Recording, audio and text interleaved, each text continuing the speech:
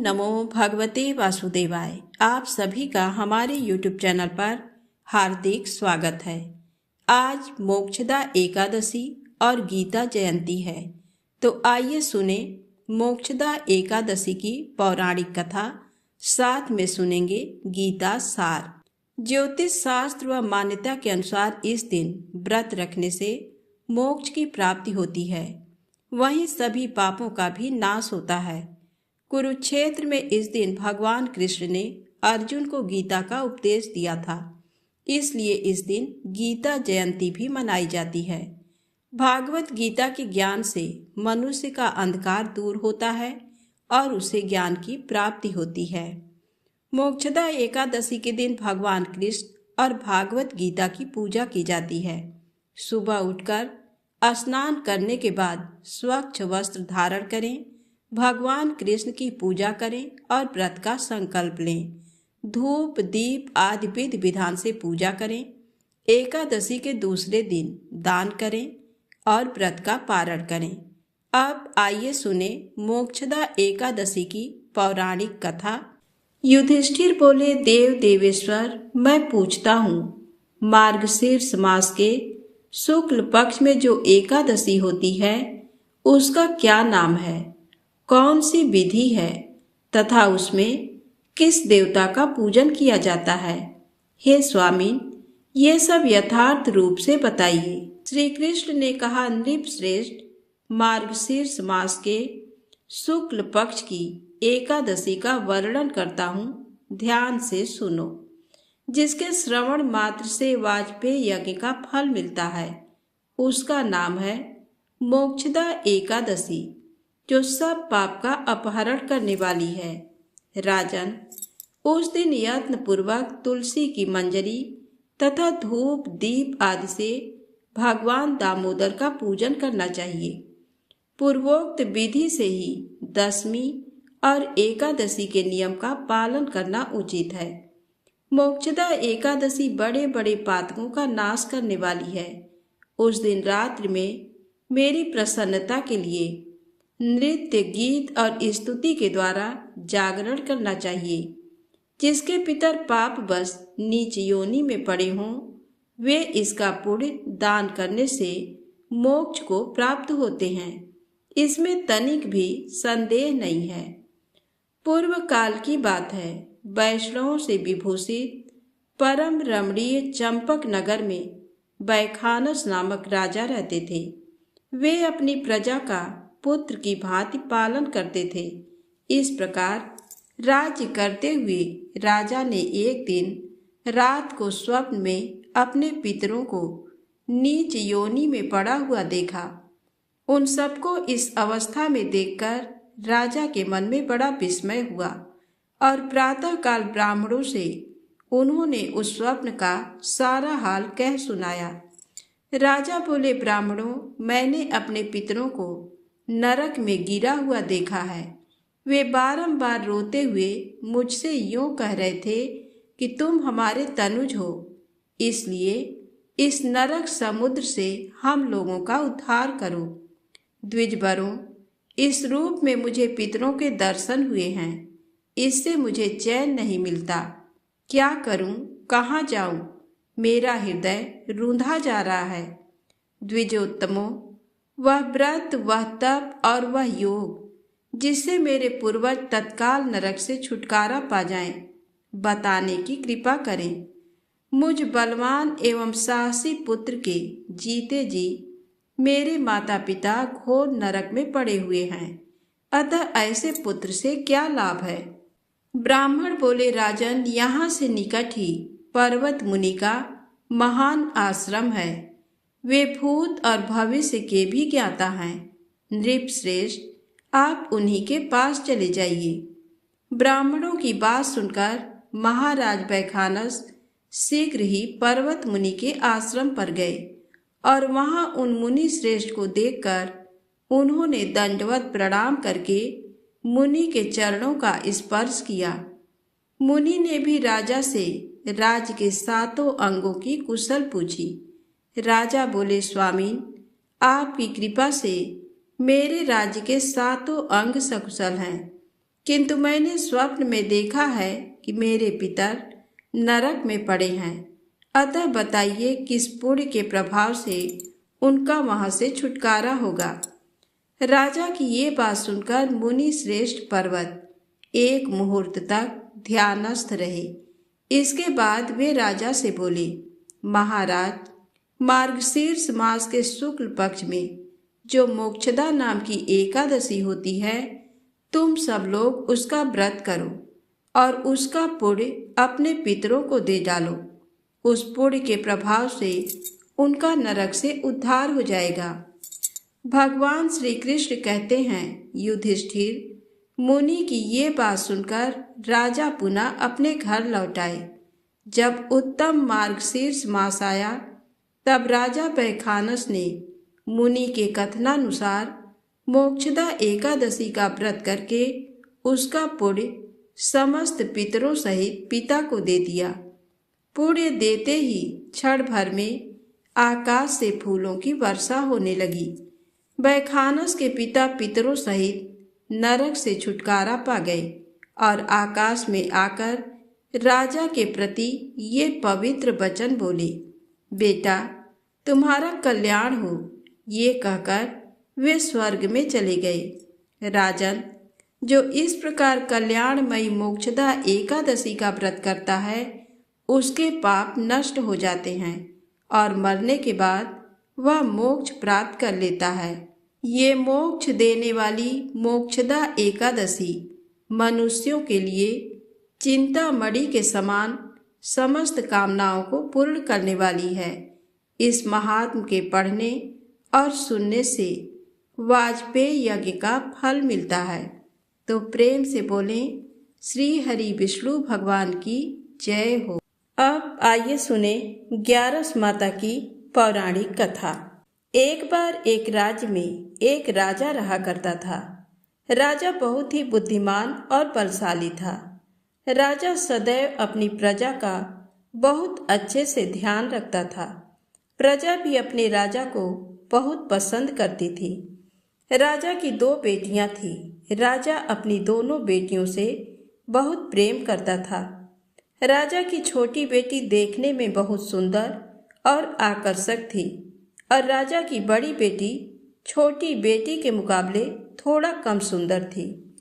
राजा की छोटी बेटी 11 माता की पूजा किया करती थी और सभी लोग राजा की छोटी बेटी से बहुत प्रेम करते थे और बहुत प्रशंसा किया करते थे। राजा भी अपनी छोटी बेटी को बड़ी बेटी से अधिक प्रेम करता था, जिस कारण राजा की बड़ी बेटी को अपनी छोटी बहन से बहुत नफरत होने लगी थी। राजा की दोनों बेटियां जब बड़ी हो गईं, तब एक पड़ोस राज्य में रहने वाला राजकुमार राजा की बड़ी बेटी के लिए रिश्ता लेकर आया। लेकिन जैसे ही उस राजकुमार की नज़र राजा की छोटी बेटी पर पड़ी, तो वह राजकुमार राजा की छोटी बेटी पर आकर्षित हो गया और उससे पहली नज़र में प्रेम कर बैठा। उस राजकुमार ने राजा की बड़ी बेटी के साथ विवाह करने से मना कर दिया और उसने राजा से कहा कि मैं आपकी छोटी बेटी से विवाह करना चाहता हूँ। जिसके बाद राजा की बड़ी बेटी ये देखकर अपनी छोटी बहन से बहुत क्रोधित हो गई और राजा की बड़ी बेटी ने अपनी छोटी बहन को अपना सबसे बड़ा दुश्मन मान लिया। राजा की बड़ी बेटी ने अपनी छोटी बहन से बदला लेने का निर्णय किया, जिसके लिए उसने अपनी छोटी बहन को जान से मारने का प्लान बनाया। राजा की बड़ी बेटी ने अपनी छोटी बहन को मारने के लिए सबसे पहले एक लड्डू में जहर मिलाकर अपनी छोटी बहन को दे दिया और उसको लड्डू खाने के लिए कहा। लेकिन लड्डू खाने के बाद भी छोटी बहन को कुछ नहीं हुआ। बड़ी बहन ये देखकर बहुत आश्चर्यचकित हो गई, लेकिन बड़ी बहन ने हार नहीं मानी और उसने जब रात में छोटी बहन अपने कमरे में सो रही थी, तब एक मटके में सांप रखकर उसे कमरे में छोड़ दिया। लेकिन सांप भी छोटी बहन का कुछ नहीं कर पाया। जिसके बाद बड़ी बहन ने अपनी छोटी बहन से कहा कि चलो हम लोग कुएं में से पानी भरकर लाते हैं। जिसके लिए वह अपनी छोटी बहन को पानी भरने के बहाने कुएं के पास ले गई और उसने अपनी छोटी बहन को कुएं में धक्का दे दिया। लेकिन छोटी बहन को तब भी कुछ नहीं हुआ, क्योंकि हर बार ग्यारस माता उसकी रक्षा कर रही थी और उधर बड़ी बहन अपने सारे प्रयासों के बाद असफल हो रही थी, जिससे वह बहुत क्रोधित होती जा रही थी। फिर उसने अपनी छोटी बहन के पास जाकर उससे खुद ही पूछा कि मेरी छोटी बहन, तुमको पता है भगवान ने सबकी मृत्यु एक निश्चित समय पर लिखी हुई है और कैसे तुम्हारी मृत्यु होगी, क्या ये तुम जानती हो? तब छोटी बहन ने अपनी बड़ी बहन को बताया कि हाँ, मैं तो जानती हूँ मेरी मृत्यु कैसे होगी।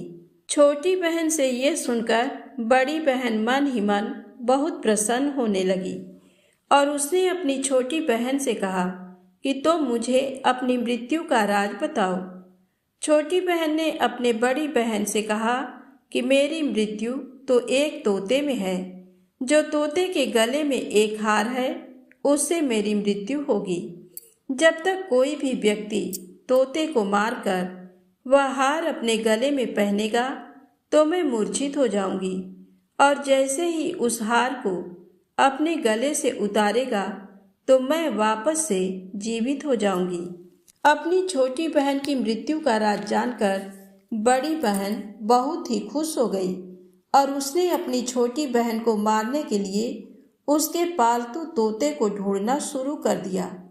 और छोटी बहन को इस बात का आभास हो गया था कि कोई उसकी जान लेना चाहता है, जिसके लिए वह अपने पिताजी के पास गई और उसने अपने पिताजी से कहा कि पिताजी, मेरी मृत्यु के बाद आप मुझे जलाइएगा मत, बल्कि आप मुझे अपनी पुरानी वाली हवेली में एक पलंग में लिटाकर छोड़ दीजिएगा।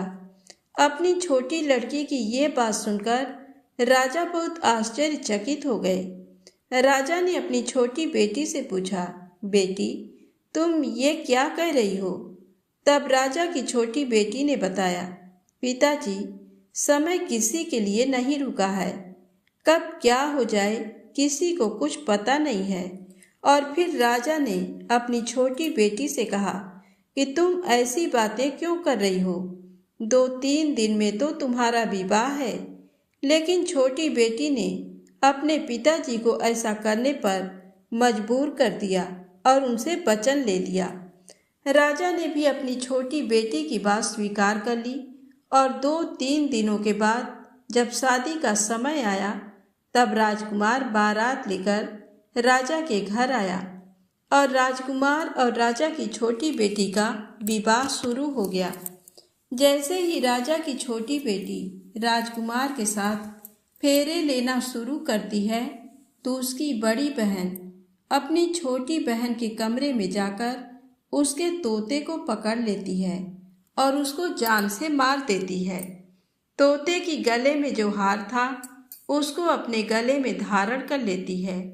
जैसे ही बड़ी बहन उस हार को अपने गले में धारण करती है तो उधर छोटी बहन 3.5 ही फेरे ले पाती है और वहीं पर बेहोश होकर गिर जाती है। जिसके बाद राजा ने बड़े बड़े वैद्य हकीमों को बुलवाया और अपनी छोटी बेटी का इलाज करने के लिए कहा। राजा की बात सुनकर वैद्य ने छोटी बेटी को जब चेक किया तो राजा को बताया कि आपकी छोटी बेटी ना तो जीवित है और ना ही मरी हुई है। ये मैं ऐसा पहली बार देख रहा हूँ।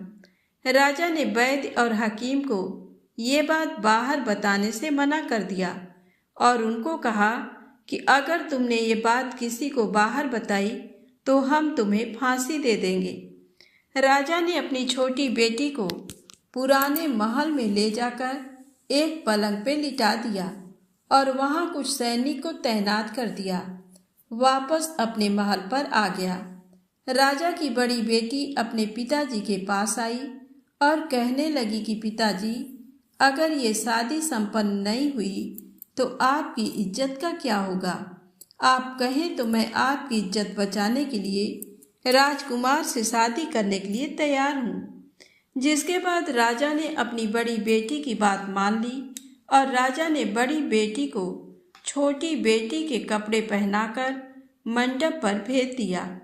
लेकिन राजकुमार ये जान गया कि ये राजा की छोटी बेटी नहीं है, बल्कि ये राजा की बड़ी बेटी है। लेकिन जब राजकुमार ने शादी करने से मना किया तो सभी लोगों ने राजकुमार को विवश करके राजा की बड़ी बेटी से बचे हुए फेरों को संपन्न करा दिया और विवाह करवा दिया। जिसके बाद राजकुमार राजा की बड़ी बेटी को अपने महल ले गया। राजकुमार राजा की बड़ी बेटी से ना तो बात करता था, ना ही उसको पसंद करता था और ना ही उसके आसपास भटकता था। और राजकुमार ने यह फैसला लिया था कि वह अपनी प्रेमिका को ढूंढ कर रहेगा और ये जानकर रहेगा कि उसके साथ हुआ क्या है। एक दिन राजकुमार अपने घोड़े पर सवार होकर राजा के पुराने महल के पास पहुंच गया, जहां पर उसने कुछ सैनिकों को देखा। महल के पास पहुंचकर राजकुमार ने जब महल को ध्यान से देखा तो वह समझ गया कि ये तो हमारे ससुर जी का महल है। तब राजकुमार ने सैनिकों से पूछा, तुम लोग यहाँ क्या कर रहे हो और इस महल के अंदर उस पलंग में कौन लेटा है? जिसके बाद सैनिकों ने बताया कि यहाँ पर राजा की छोटी बेटी लेटी है। ये सुनकर राजकुमार बहुत प्रसन्न हो गया और वह तुरंत अपनी प्रेमिका के पास पहुँच गया और उसकी सेवा करने लगा। जैसे ही रात हुई तो राजा की छोटी बेटी उठकर खड़ी हो गई। राजकुमार ये देखकर बहुत खुश हो गया और उसने अपनी प्रेमिका से पूछा कि तुम यहाँ क्या कर रही हो? तुम मेरे साथ मेरे घर चलो। राजा की छोटी बेटी ने राजकुमार को सारी बातें बता दी कि मेरी जान एक तोते में बसी थी और मैंने ये बात सिर्फ अपनी बड़ी बहन को बताया था और मुझे पता है कि उसने ही मुझे मारने का प्रयास किया है। उसके पास एक हार है जिसको वह सुबह पहन लेती है और रात को उतार देती है। जब तक वह हार को पहने रहती है तब तक मैं मूर्छित रहती हूँ और जैसे ही वह हार को उतार देती है तो मैं जीवित हो जाती हूँ। और जब तक मेरी बड़ी बहन के पास वह हार है तब तक मैं ऐसे ही जीवित और मूर्छित होती रहूँगी। अगर मेरी बड़ी बहन के पास जो हार है वह मेरे हाथ में लग जाए तो मैं हमेशा के लिए जीवित हो जाऊंगी। राजकुमार ये बात सुनकर राजा की छोटी बेटी के पास रहने का निर्णय ले लिया और उसने बचे हुए सारे फेरे उस पलंग में लेटी राजा की छोटी बेटी के साथ ले लिए और अपना विवाह पूर्ण कर लिया और वहीं पर ही रहने लगा। देखते ही देखते कुछ समय में राजा की छोटी बेटी और राजकुमार की पत्नी पेट से हो गई। एक दिन राजकुमार को किसी काम से बाहर जाना पड़ा। तब छोटी बहन के पेट में बहुत तेज से दर्द होने लगा।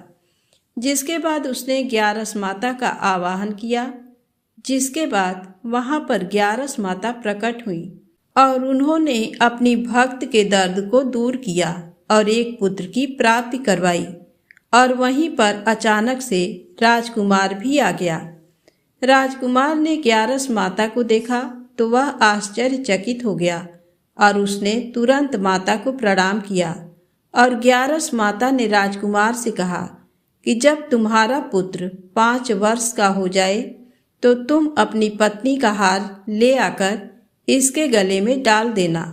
और देखते ही देखते राजकुमार और राजा की छोटी बेटी का पुत्र 5 वर्ष का हो जाता है। तो राजकुमार अपने बेटे से कहता है कि बेटा, मैं कुछ काम से बाहर जा रहा हूँ, तुम अपनी माता का ध्यान रखना। और वहां से चला जाता है। राजा को बाहर निकलता देख बड़ी बहन के सैनिक देख लेते हैं और बड़ी बहन को जाकर सारी बातें बता देते हैं। जिसके बाद बड़ी बहन अपनी छोटी बहन के पुत्र को वहां से उठवा लेती है और उसको मरवा देती है। छोटी बेटी के पुत्र के 2 टुकड़े करवा देती है।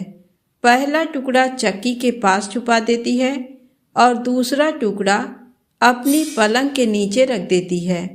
अब 11 माता भिखारी का रूप लेकर आती हैं। एक भिखारी का रूप रखकर बड़ी बहन के पास चली जाती हैं, जिसके बाद वहां पर भिक्षा मांगने लगती हैं। बड़ी बहन अपने नौकरों से कहती है कि जाकर भिक्षा दे दो, लेकिन जैसे ही नौकर 11 माता को भिक्षा देने के लिए आते हैं तो माता उन्हें मना कर देती हैं और कहती हैं कि मैं तुम्हारी महारानी से ही भिक्षा लूंगी। जिसके बाद बड़ी बहन स्वयं ही भिक्षा देने के लिए माता के पास आती है। तब माता एक बिल्ली का रूप लेकर उसके कमरे में चली जाती हैं और वहां पर छोटी बेटी के पुत्र को 2 टुकड़े को आपस में जोड़ देती हैं और उसे जीवित कर देती हैं। उसे वहां से ले जाती हैं। एक दिन राजकुमार अपने बेटे को लेकर अपनी बड़ी पत्नी के पास जाता है और उससे कहता है कि तुम इसका ध्यान रखना।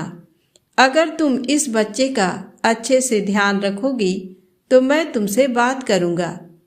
एक दिन राजकुमार अपने बच्चे से कहता है कि तुम मम्मी से उनके गले का हार मांग लो।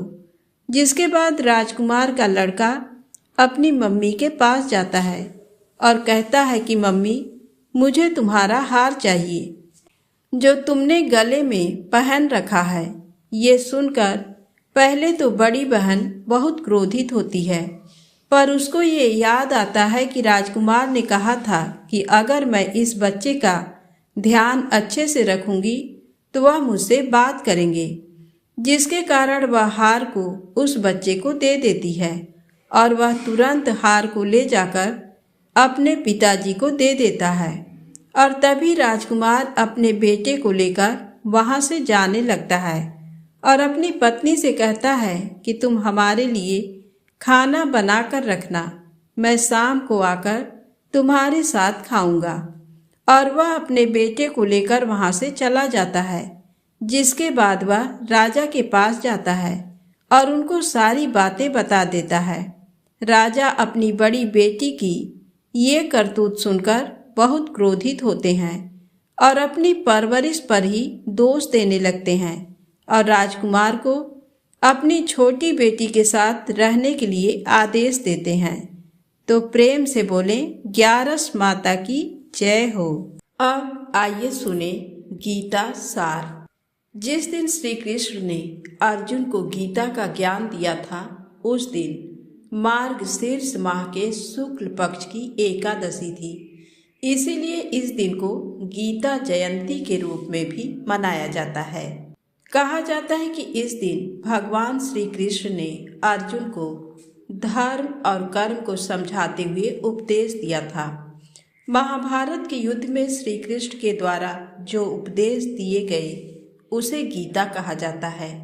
गीता के उपदेश में जीवन जीने, धर्म का अनुसरण करने और कर्म के महत्व को समझाया गया है।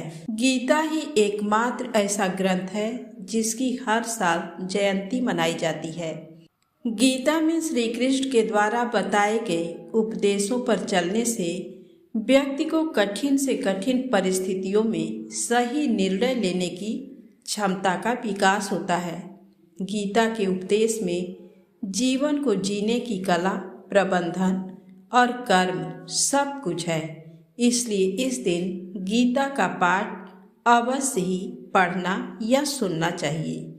तो आइए सुने गीता सार। क्यों व्यर्थ की चिंता करते हो? किससे व्यर्थ डरते हो? कौन तुम्हें मार सकता है? आत्मा ना पैदा होती है ना मरती है। जो हुआ वह अच्छा हुआ, जो हो रहा है वह अच्छा हो रहा है, जो होगा वह भी अच्छा ही होगा। तुम भूत का पश्चाताप न करो, भविष्य की चिंता न करो। वर्तमान चल रहा है। तुम्हारा क्या गया जो तुम रोते हो? तुम क्या लाए थे जो तुमने खो दिया? तुमने क्या पैदा किया था जो नाश हो गया? ना तुम कुछ लेकर आए, जो लिया यहीं से लिया, जो दिया यहीं पर दिया। जो लिया इसी भगवान से लिया, जो दिया इसी को दिया। खाली हाथ आए और खाली हाथ चले। जो आज तुम्हारा है कल और किसी का था, परसों किसी और का होगा। तुम इसे अपना समझकर मगन हो रहे हो। बस यही प्रसन्नता तुम्हारे दुखों का कारण है। परिवर्तन संसार का नियम है। जिसे तुम मृत्यु समझते हो वही तो जीवन है। एक क्षण में तुम करोड़ों के स्वामी बन जाते हो, दूसरे ही क्षण में तुम दरिद्र हो जाते हो।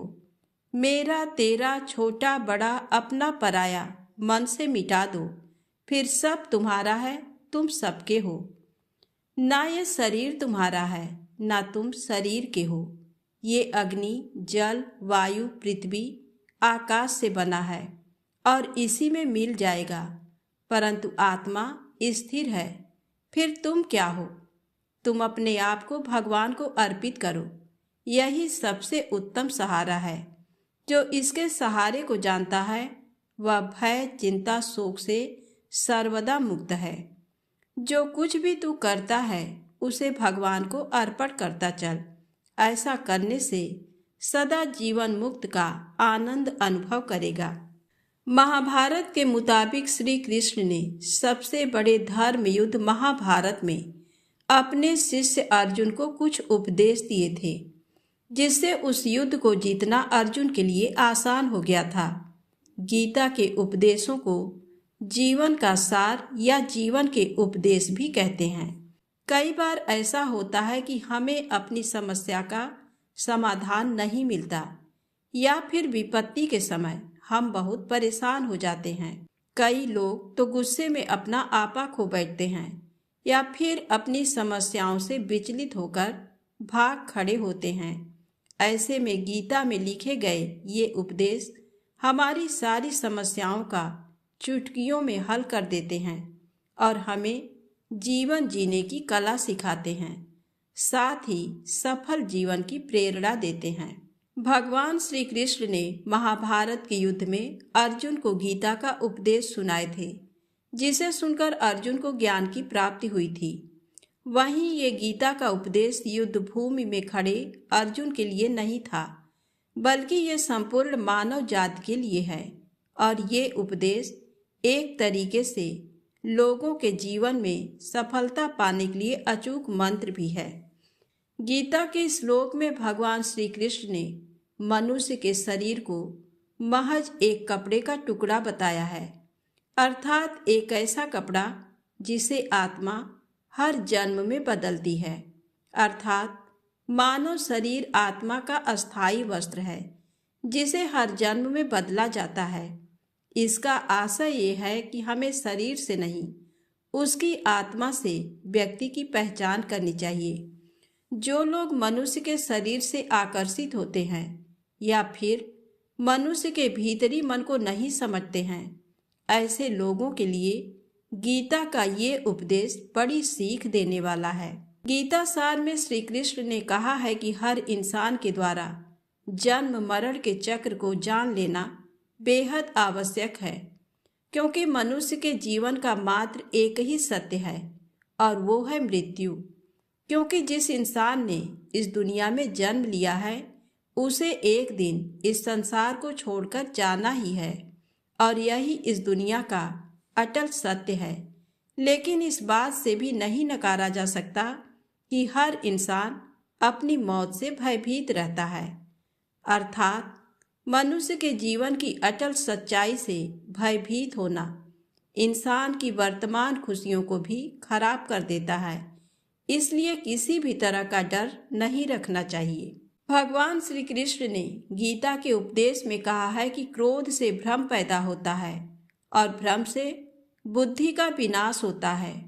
वहीं जब बुद्धि काम नहीं करती तब तर्क नष्ट हो जाता है और व्यक्ति का नाश हो जाता है।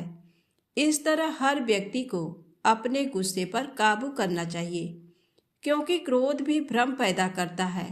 इंसान गुस्से में कई बार ऐसे काम करते हैं जिससे उन्हें काफ़ी हानि पहुंचती है। वहीं अगर क्रोध पर काबू नहीं किया गया तो इंसान कई गलत कदम उठा लेता है। वहीं जब क्रोध की भावना इंसान के मन में पैदा होती है तो हमारा मस्तिष्क भी सही और गलत के बीच अंतर करना छोड़ देता है। इसलिए इंसान को हमेशा क्रोध के हालातों से बचकर हमेशा शांत रहना चाहिए, क्योंकि गुस्से में लिया गया फैसला इंसान को गहरी क्षति पहुंचाता है। श्री कृष्ण ने गीता सार में बताया है कि कोई भी व्यक्ति अपने कर्म को नहीं छोड़ सकता है, अर्थात जो साधारण समझ के लोग कर्म में लगे रहते हैं उन्हें उस मार्ग से हटाना ठीक नहीं है, क्योंकि वे ज्ञानवादी नहीं बन सकते। वहीं अगर उनका कर्म भी छूट गया तो वे दोनों तरफ से भटक जाएंगे और प्रकृति व्यक्ति को कर्म करने के लिए बाध्य करती है। जो व्यक्ति कर्म से बचना चाहता है वह ऊपर से तो कर्म छोड़ देता है, लेकिन मन ही मन उसमें डूबा रहता है।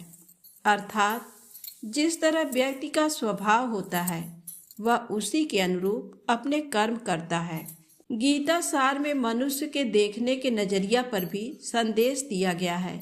इसमें लिखा गया है, जो ज्ञानी व्यक्ति ज्ञान और कर्म को एक रूप में देखता है उसी का नजरिया सही है, और जो अज्ञानी पुरुष होता है उसे ज्ञान नहीं होने की वजह से वह हर किसी चीज को गलत नजरिए से देखता है। गीता सार में उन लोगों के लिए संदेश दिया गया है जो लोग अपने मन को काबू में नहीं रखते हैं, क्योंकि ऐसे लोगों का मन इधर उधर भटकता रहता है और उनके लिए वह शत्रु के समान काम करता है। मन व्यक्ति के मस्तिष्क पर भी गहरा प्रभाव डालता है। जब व्यक्ति का मन सही होता है तो उसका मस्तिष्क भी सही तरीके से काम करता है। गीता सार में ये भी उपदेश दिया गया है कि मनुष्य को पहले खुद का आकलन करना चाहिए और खुद की क्षमता को जानना चाहिए, क्योंकि मनुष्य को अपने आत्मज्ञान की तलवार से काटकर अपने हृदय से अज्ञान के संदेह को अलग कर देना चाहिए। जब तक मनुष्य खुद के बारे में नहीं जानेगा तब तक उसका उद्धार नहीं हो सकता है। श्रीमद् भागवत गीता में श्री कृष्ण ने उपदेश दिया है कि हर मनुष्य को खुद पर पूरा भरोसा रखना चाहिए, क्योंकि जो लोग खुद पर भरोसा करते हैं वह निश्चय ही सफलता हासिल करते हैं। वहीं इंसान जैसा विश्वास करता है वह वैसा ही बन जाता है। जो लोग कर्म नहीं करते और पहले से ही परिणाम के बारे में सोचते हैं, ऐसे लोगों के लिए गीता सार का ये उपदेश बड़ी सीख देने वाला है। इसमें श्री कृष्ण ने कहा है कि इंसान को अपने अच्छे कर्म करते रहना चाहिए और ये नहीं सोचना चाहिए कि इसका क्या परिणाम होगा, क्योंकि कर्म का फल हर इंसान को मिलता है। इसलिए इंसान को इस तरह की चिंता को अपने मन में जगह नहीं देनी चाहिए कि उसके कर्म का फल क्या होगा, या फिर किसी काम को करने के बाद वह खुश रहेंगे या नहीं। अर्थात कर्म करने के दौरान इंसान को इसके परिणाम के बारे में बिल्कुल भी चिंता नहीं करना चाहिए और किसी भी काम को चिंता मुक्त होकर शुरू करना चाहिए। जाहिर है कि मनुष्य के सुख और दुख में मन की स्थिति एक जैसी नहीं रहती है। सुख में मनुष्य ज्यादा उत्साहित हो जाता है और दुख में वह बेकाबू हो जाता है। इसलिए सुख और दुख दोनों में ही मनुष्य के मन की समान स्थिति हो, इसे योग ही कहा जाता है। वहीं जब मनुष्य सभी सांसारिक इच्छाओं का त्याग करके बिना फल की इच्छा के कोई काम करता है तो उस समय वह मनुष्य योग में स्थित कहलाता है। और जो मनुष्य मन को बस में कर लेता है उसका मन ही उसका सबसे अच्छा मित्र बन जाता है। लेकिन जो मनुष्य अपने मन को बस में नहीं कर पाता है उसके लिए वह मन ही उसका सबसे बड़ा दुश्मन बन जाता है। वहीं जो मनुष्य अपने अशांत मन को बस में कर लेते हैं उनको परमात्मा की प्राप्ति होती है, और जिस मनुष्य को ज्ञान की प्राप्ति हो जाती है उसके लिए सुख दुख सर्दी गर्मी और मान अपमान सब एक समान हो जाते हैं। ऐसा मनुष्य स्थिर चित्त और इंद्रियों को वश में करके ज्ञान द्वारा परमात्मा को प्राप्त करके हमेशा संतुष्ट रहता है। खुद पर भरोसा रखें और अपने लक्ष्य को पाने के लिए लगातार प्रयास करें। गीता सार के इस उपदेश को अगर कोई भी व्यक्ति अपने जीवन में पालन करे तो निश्चय ही वह एक सफल व्यक्ति बन सकता है। जो लोग पूरे विश्वास के साथ अपने लक्ष्य को पाने का प्रयास करते हैं वह निश्चय ही अपने लक्ष्य को पा लेते हैं।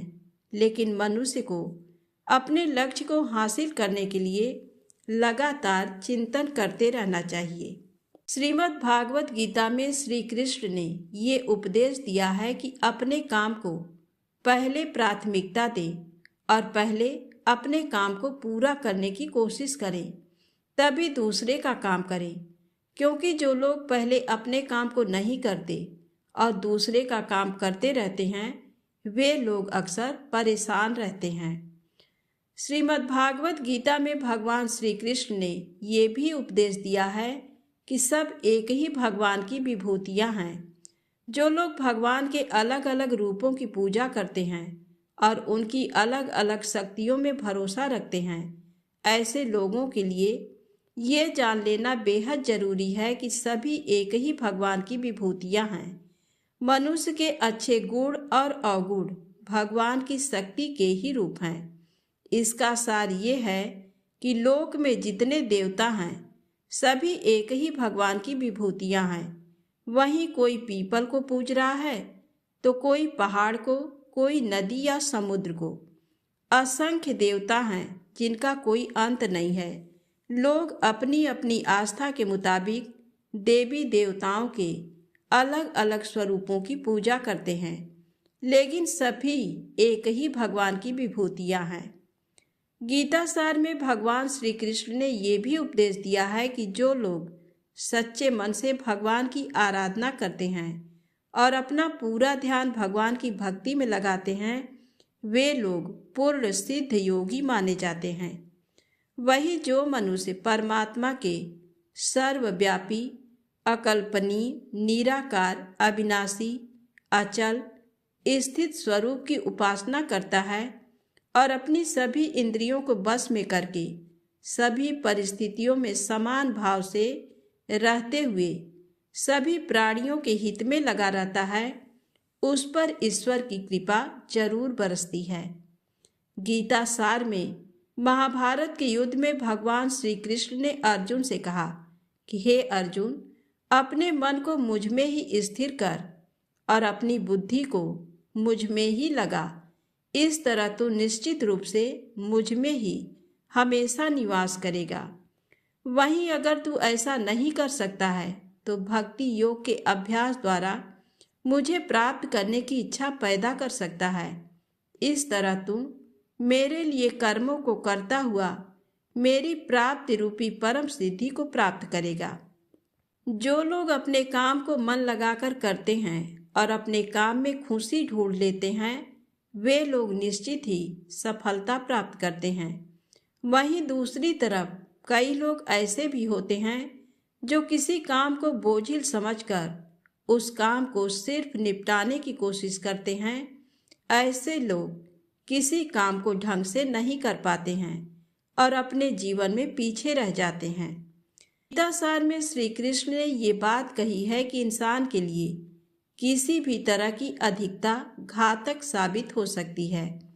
जिस तरह संबंधों में कड़वाहट हो या फिर मधुरता, खुशी हो या गम, हमें कभी भी अति नहीं करनी चाहिए। जीवन में संतुलन बनाए रखना बहुत जरूरी है। जब तक मनुष्य के जीवन में संतुलन नहीं रहेगा वह सुख से अपना जीवन व्यतीत नहीं कर सकेगा। अर्थात मनुष्य को जरूरत से ज्यादा कोई भी चीज करने से बचना चाहिए और अपनी जिंदगी में संतुलन बनाकर रखना चाहिए। जो लोग दूसरों की भलाई पर ध्यान नहीं देते और सिर्फ अपना मतलब साधने में लगे रहते हैं उन लोगों का कभी भला नहीं होता। इंसान का स्वार्थ उसे अन्य लोगों से दूर ले जाकर नकारात्मक हालातों की तरफ धकेलता है, जिसके चलते व्यक्ति अकेला रह जाता है। वहीं गीता में ये भी कहा गया है कि स्वार्थ शीशे में फैली धूल की तरह है, जिसकी वजह से व्यक्ति अपना प्रतिबिंब ही नहीं देख पाता। वहीं अगर आप चाहते हैं कि आप भी अपना जीवन खुशीपूर्वक व्यतीत करें, तो इसके लिए ये जरूरी है कि आप अपने स्वार्थ को कभी अपने पास नहीं आने दें, क्योंकि स्वार्थी मनुष्य दोस्ती भी सिर्फ अपना स्वार्थ निकालने के लिए करते हैं। आपने अक्सर ये सुना होगा कि जिसका कोई नहीं होता उसका भगवान होता है। गीता सार में कहा भी गया है कि ईश्वर हमेशा मनुष्यों का साथ देता है।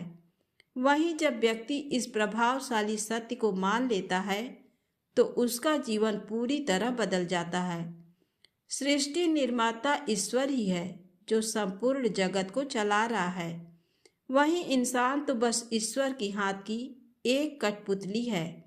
इसलिए इंसान को कभी अपने भविष्य या फिर अतीत की चिंता नहीं करनी चाहिए, क्योंकि हर विकट परिस्थिति में ईश्वर इंसान का साथ देता है और उसे मुश्किल से बाहर निकालता है।